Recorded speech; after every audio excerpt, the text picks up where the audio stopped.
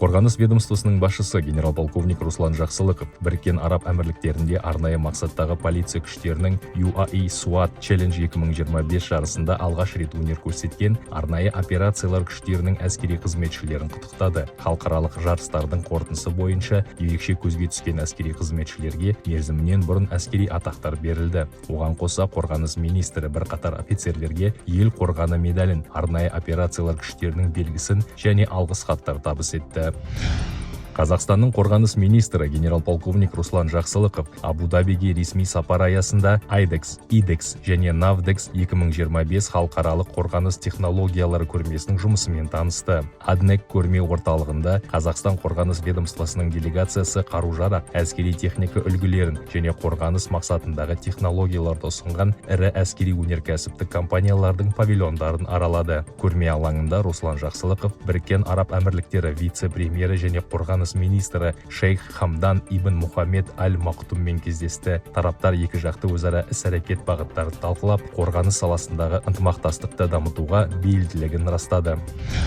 Ақтауда әртекті корабльдер жеке дивизионының зымыранды артиллериялы корабльдер экипаждары К1 курстық тапсырмасын аяқтады. Теңізге жорыққа шығар алдындағы орындалатын бұл маңызды кезең зымыранды артиллериялы корабльдердің экипаждарын теңіздегі жауынгерлік міндеттерді кепілді орындауға дайындауға бағытталған. Орналасу пунктіндегі корабльдер жағдайының өміршеңдігі үшін күрес бойынша нормативтердің орындалуына тексеру жүргізілді. Жауынгерлік жаттығу сынағы корабль экипаждарының өртке қарсы және басқа да төтенше жағдайлардың алдын алу шараларын орындауын қамтыды. Экипаждардың корабльді қорғау үшін тез және тиімді әрекет ету қабілеті тексерілді. Қазақстан Республикасы Қарулы күштері ұлттық әскери патриоттық орталығының шығармашылық ұжымы Азия парк сауда ойын-сауық орталығында концерт қойды. Әскери қызметшілер бұл шараны Ұлы Отан соғысындағы жеңістің 80 жылдығына арнады. Орталық ансамбльдің әншілері мен вокалдық топтарының орындауында әскери тақырыптағы әндер шырқалды. Орталыққа келушілер мен ансамбльдің би тобының орындауындағы сарбаздар биі көптің көңілінен шықты. Танымал классикалық және заманауи әуендерді орындаған орталық әскери оркестрінің қойылымын жұрт жылы қабылдады.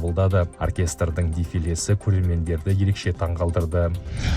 Астанада 1941-1945 жылдары Ұлы Отан соғысы жылдарындағы Қазақстан тақырыбындағы көшпелі көрмесі жұмысын жалғастыруда. Іс-шараны Қарулы күштер ұлттық әскери патриоттық орталығының әскери тарихи музейі ұйымдастыруда. Оған музей қызметкерлері, қорғаныс істері жөніндегі департаментінің, мемориалдық аймақ іздеу жасағының және ардагерлер ұйымдарының өкілдері қатысады. Жылжымалы экспозицияларда жеке заттар, мұрағат құжаттары, бірегей фотосуреттер, ұрыс алаңдарынан табылған снаряд сынақтары және сарбаздар медальондары бар.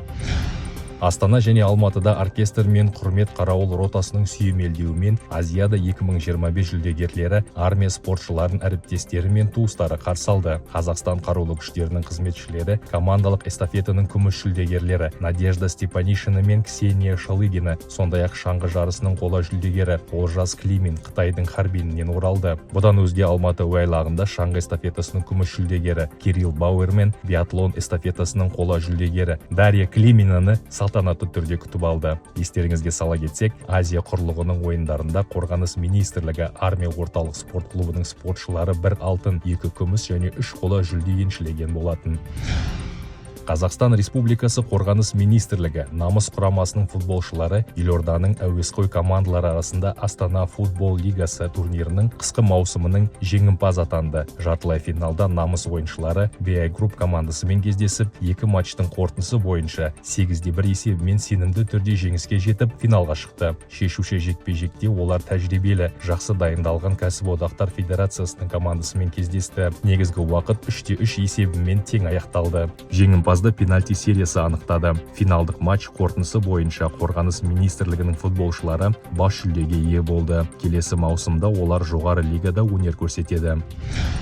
Астананың орталық саябағында 15-ші спартакиада аясында қорғаныс министрлігінің бас штабтың және қарулы күштерінің құрылымдық бөлімшелері арасында шаңғы спортынан командалық чемпионат өтті. Бұқаралық эстафеталық жарысқа 33 команда қатысты. Олардың әрқайсының құрамында 3 ер адам мен 1 әйел адам болды. Сонымен қатар ерлер 2,5 шақырымға, ал әйелдер 1 шақырымға жүгірді. Командалық және жеке есепте чемпионаттың жеңімпаздары мен жүлдегерлері кубоктармен, медальдармен және грамоталармен марапатталды.